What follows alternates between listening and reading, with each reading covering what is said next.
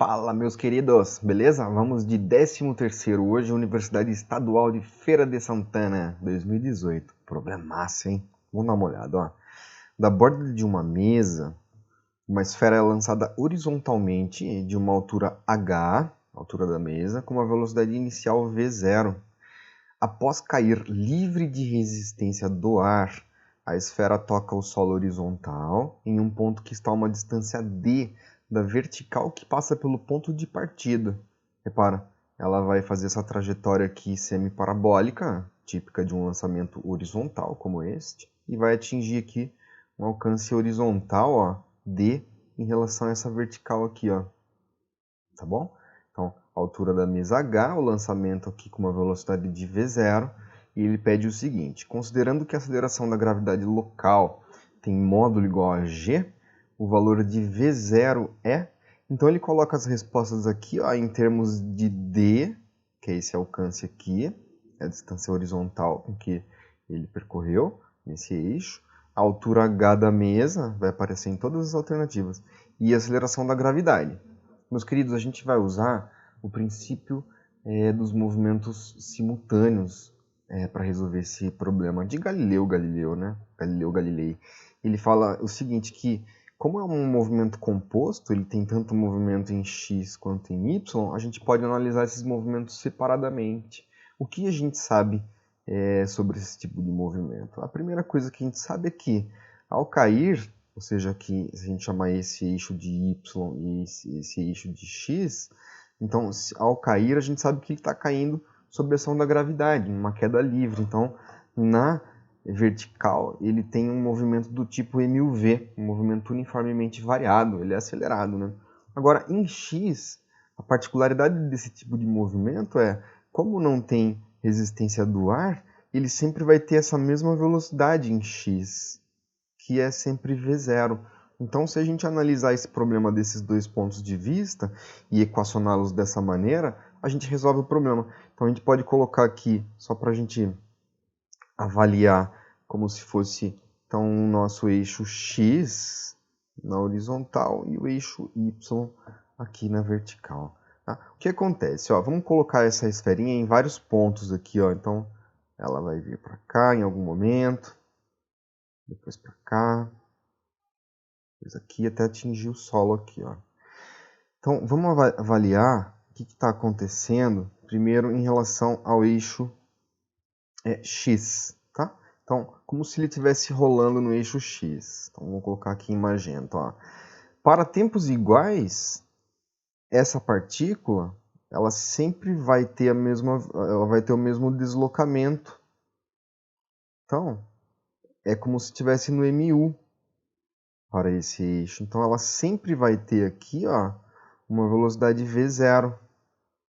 Ou seja, ele aqui no eixo x, ele está no movimento uniforme. Se a gente colocar uma lanterna daqui para cá e observar a sombra que ele faz, vai ser uma sombra que para cada unidade de tempo, os espaços percorridos vão ser sempre iguais. Tá legal? Beleza. Agora, e em termos de y? Em termos de y, a gente pode colocar em verde aqui, ó, ele está aqui, é como se ele estivesse caindo aqui, ó, com uma velocidade inicial igual a 0 em relação a essa altura que ele tem.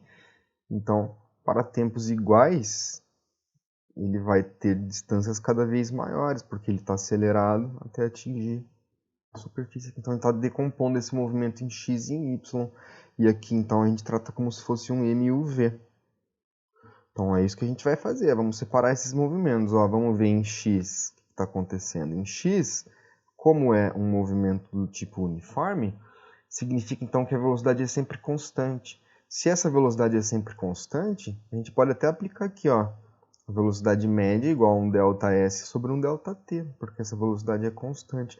Como ele está com um V0 em x, e em x ele sempre vai ter essa mesma velocidade, então ele vai deslocar um d dividido por um t qualquer.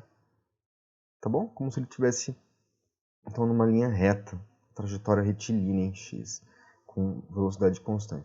Agora, e em y? Em y, ele está na queda livre.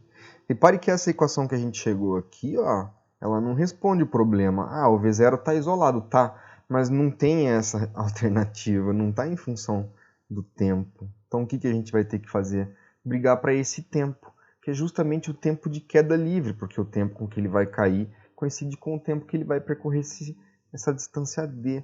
Então a gente vai trabalhar com as equações do MUV. E são 3 equações, repare.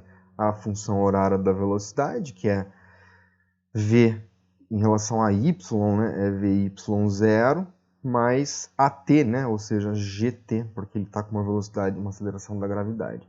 Beleza. A segunda é a função horária dos espaços, ó, mais v0yt mais gt quadrado sobre 2. É o S igual a S0 mais V0t mais AT quadrado sobre 2, né, meus queridos? Só que eu estou chamando de Y, Y0, V0YT, mais essa aceleração aqui a gente chamou de G, porque é a aceleração da gravidade que ele tem, a gente conhece. Beleza. E a terceira equação do MUV é a de Torricelli, ó, que é V final ao quadrado igual a V inicial ao quadrado mais 2 vezes a aceleração, no caso da gravidade, vezes o deslocamento. O deslocamento vai ser um h, é uma altura h que ele tem, então ele vai deslocar de h, né, na vertical. Qual das 3 a gente vai usar? A primeira tem tempo. Beleza, a gente precisa correr atrás desse tempo aqui, que é o tempo de queda. Olha só que a gente não conhece a velocidade final com que ele vai cair, a velocidade nesse ponto aqui, no caso nesse ponto, né, em y. Então essa aqui não serve pra gente. A Torricelli, que é a terceira, também não serve porque não tem tempo. Então a gente vai ter que brigar pela função horária dos espaços, que é essa intermediária. Então, repare só, a gente sabe aqui, ó, se a gente isolar, né, chamar de y menos y0, eu passei aquele y0 para a esquerda, para virar um ΔY, o quanto ele deslocou. A gente sabe que é um H isso aqui, ó, tá? Igual V0YT mais GT quadrado sobre 2.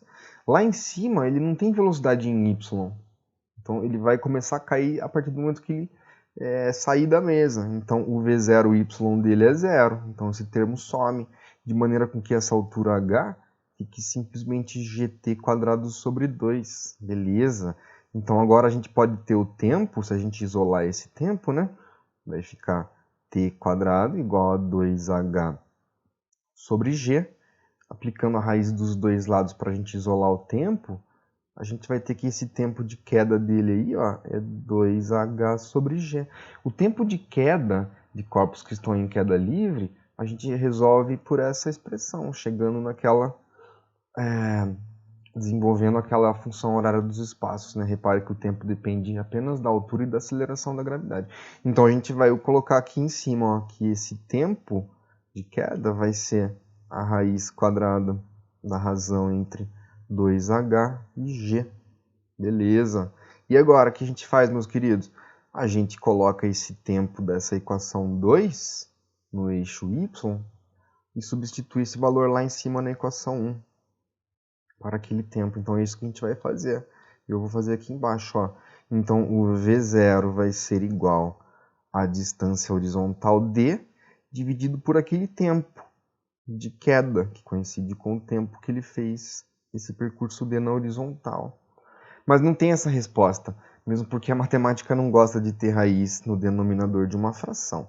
Então, o que a gente pode fazer? A gente vai usar uma propriedade aqui de radiciação, que diz que quando a gente tem uma razão dos radicandos, né, de uma raiz, a gente pode transformar isso na razão das raízes deles, ó.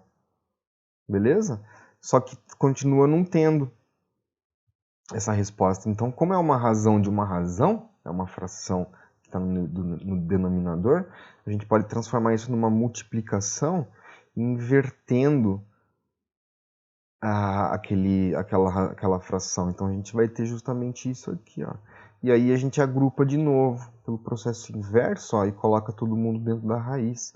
E a gente vai chegar então nesse resultado aqui, ó, fantástico, que a velocidade V0 dele, que sempre vai ser constante, ela vai ser igual a d vezes a raiz quadrada de g dividido por 2h. Com isso a gente chega nessa expressão, a resposta do problema, E vocês viram, né? Então a gente usou a questão de movimentos compostos, a gente analisou em x e em y, porque dá para fazer isso. É o princípio dos movimentos simultâneos.